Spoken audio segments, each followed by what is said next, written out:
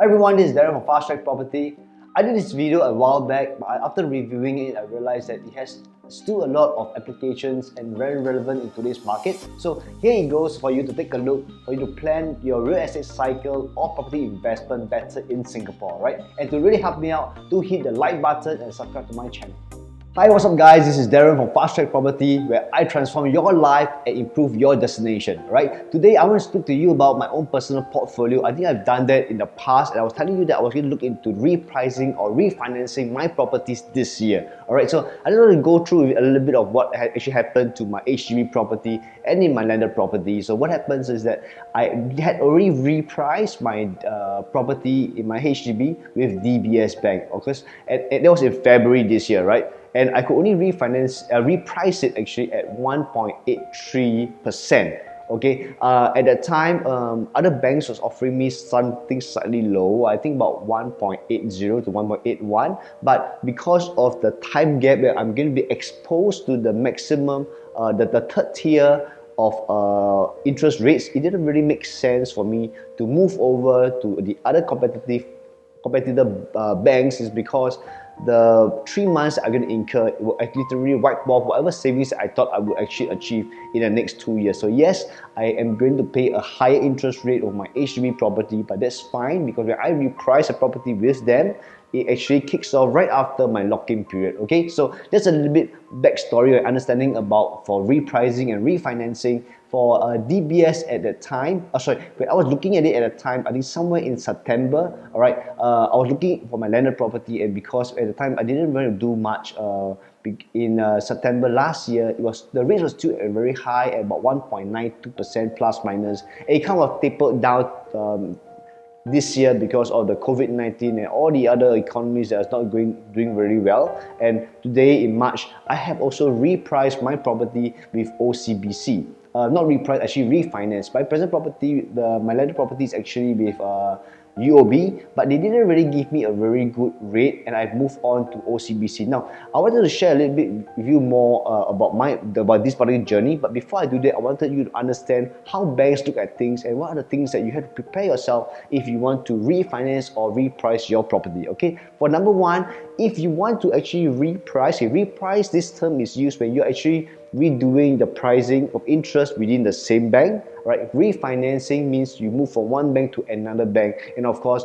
to attract you, the other bank will normally give you some freebies and some cash bonuses, so on and so forth, right? Okay, so when I wanted to do that, to prepare yourself to go into it, if you were to reprice within the same banks in a larger property or whatever loans that you have, they do not have to see your income documents anymore, right? So if you're self-employed and you're doing your own declarations and you're managing your tax income for that particular year, right? Do take note that if you wanted to cross to another bank, right, they will then see your income documents again. Within the same bank, it doesn't matter, they will just reprice accordingly. And it must be for own stay. Okay, so a little bit more background to understand how the bank works. All right, I want to explain to you some of the things that actually happens in the works at the bank. I mean, apart from the TDSR and apart from your personal credit record, right, is how they actually do calculate if you have that shortfall in your TDSR, right? So let me just explain to you here. So take for example, if you are looking to refinance a property, all right, and your income per se is only at $4,000, for example. Okay, so this is a house mortgage calculator that I always use. And for example, if you're trying to do your refinancing based on the principal of the loan of $750, this is how they actually do the calculation, and the TDSR will have to be 3367.84.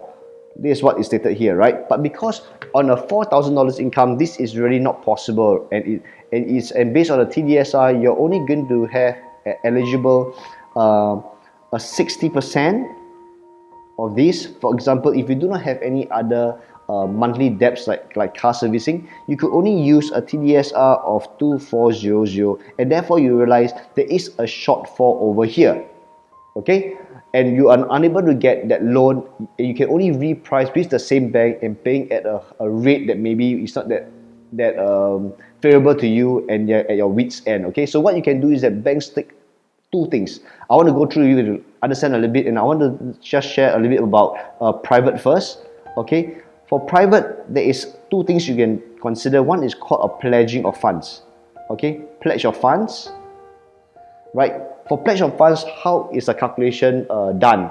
What it does is that for private, it actually divides your TDSR shortfall. So you have your TDSR shortfall, okay, divide by 60%, multiply by 48 months. Okay, this is a formula that all banks use. So for example, if you have some cash with you and you do not want your shortfall of this particular loan, what you could take is you take the difference of these two amount now, right? So it's 3367.84 minus 2400 will actually give you a number which is 967.84. So I just write it out to 968, okay? 968. So I take 968, I divide this by 60%, right? 968 divide by 60%, it will give you 1613, and I multiply this by 48 months.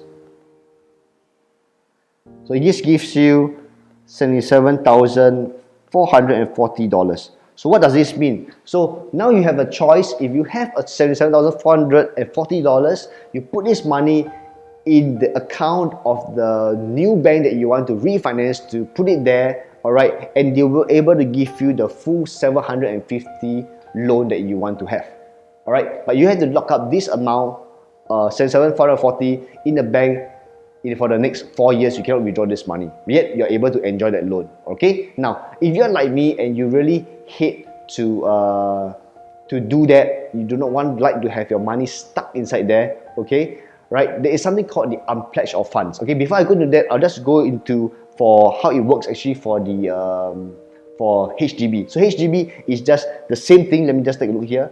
It's the same formula, it's just that you divide it by 30%, right? So here, instead of 60%, you divide this by 30% for HDB.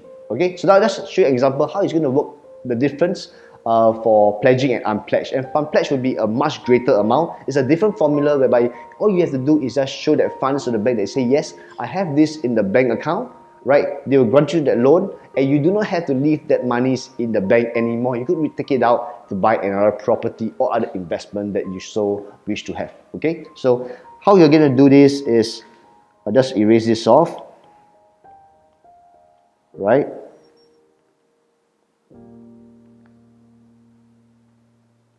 Okay, now you'll be called unpledged of funds, right? So unpledged of funds will be the TDSR shortfall, okay? So it will be the same amount earlier.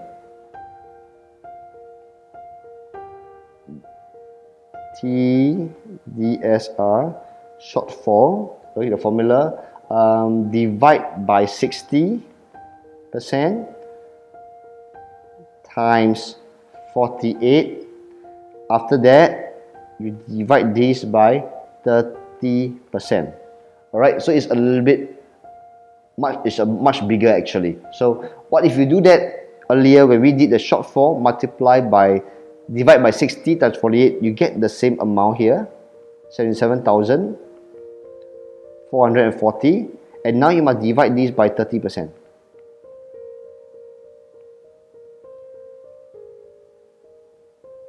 Right, now this amount becomes $258,134.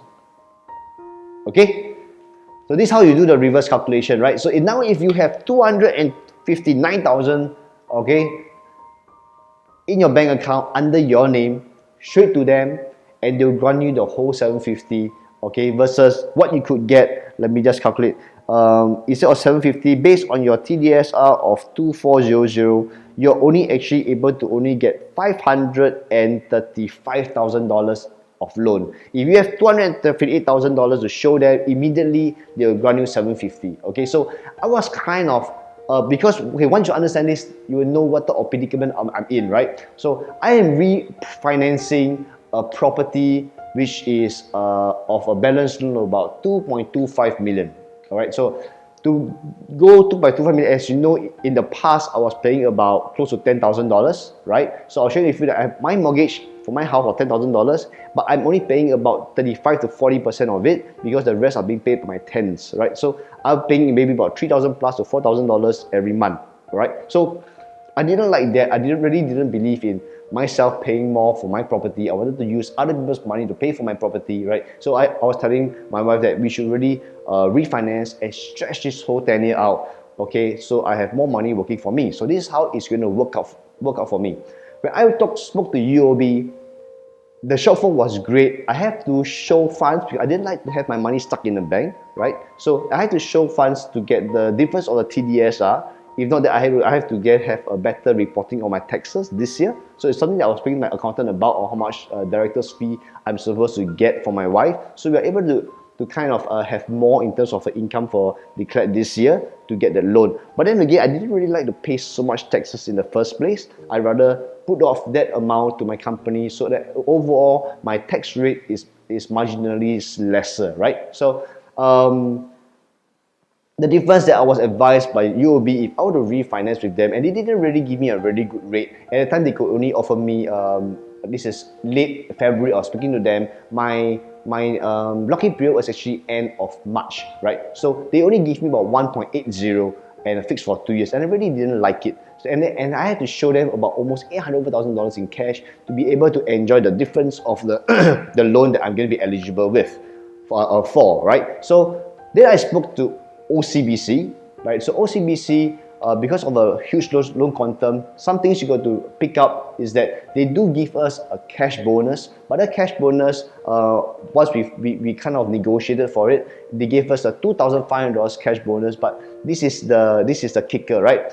There is a clawback if you do not remain with the bank for 3 years, all right? 3 years. But my lock-in period is 2 years. So if, for example, for whatever reason, they give you the $2,500 today, 2 years later, if I decided not to reprice with OCBC, I wanted to go to another bank, I have to return to them the $2,500. Okay, you get it, right? So, but if I would reprice with them, then I will still can keep this $2,500. Okay, so but the best thing about them is that because we have funds over there sitting over there, and because this is actually for OCBC, this is for us. We told them that this is going to be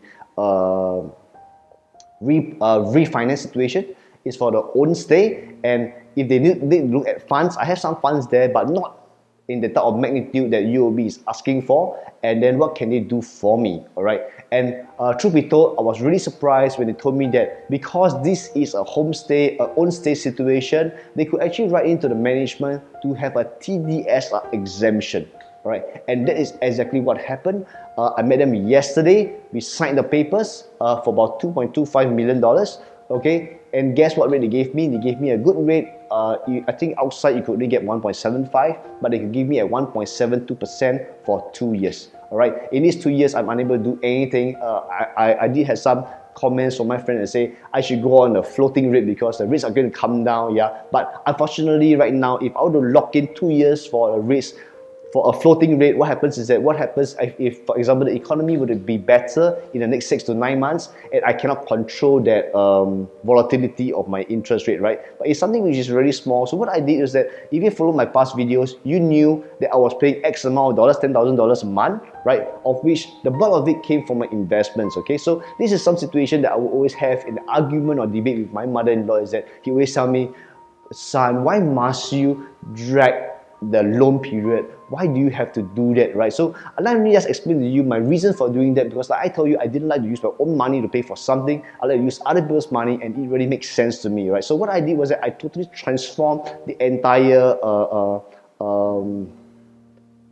mortgage payments today. So right now, with the new loan, right, with the new interest rate, I stretched the loan tenure for my wife all the way up to 31 years. Okay, so now what I'm going to be paying in the following 3 months is going to be only at $7,800, right? So can you just imagine it? $7,800, of which $6,000 plus comes from my investment properties. I'm staying in a house and I'm only paying $1,800 for it. Okay, this is what, 20%.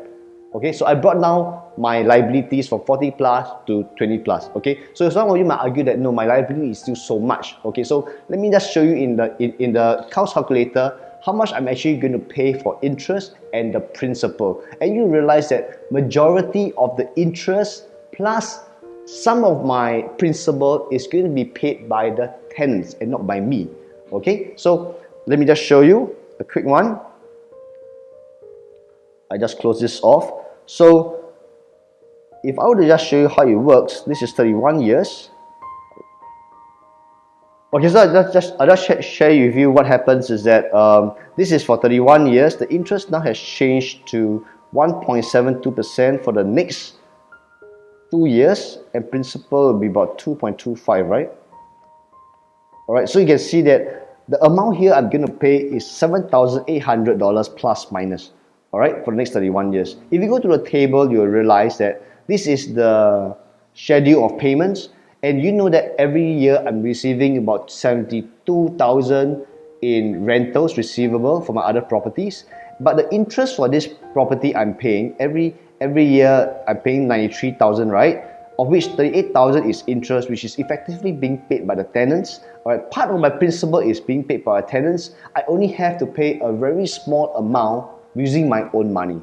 Now, this is where discipline comes in. Alright, when I embarked on this journey, I had a meeting, or rather, excuse me, I had a discussion with my wife and said that this is not the way to do it, because if we were to put, not the way to do it, meaning to say that I'm already putting and catering $10,000 a month for this property, right?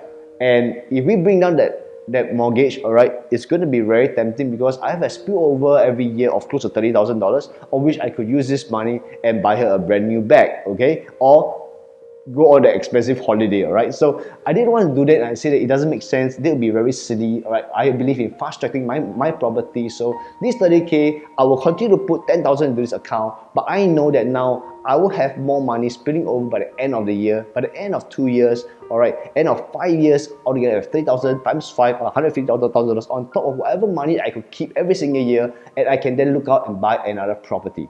Alright, so this makes more sense, and I feel that the liabilities is perfectly great, alright? And if you think this makes sense to you, implement this is within your family's assets, alright? If you're not so sure, drop me a text and I can fill it in. So I've done it. I'll just show you how is it possible, how I'm able to stretch my loan tenure, right? And I hope that you're able to rediscover this. Speak to your spouses and your partners, and if this is possible for you and your family. Okay, so speak to you soon.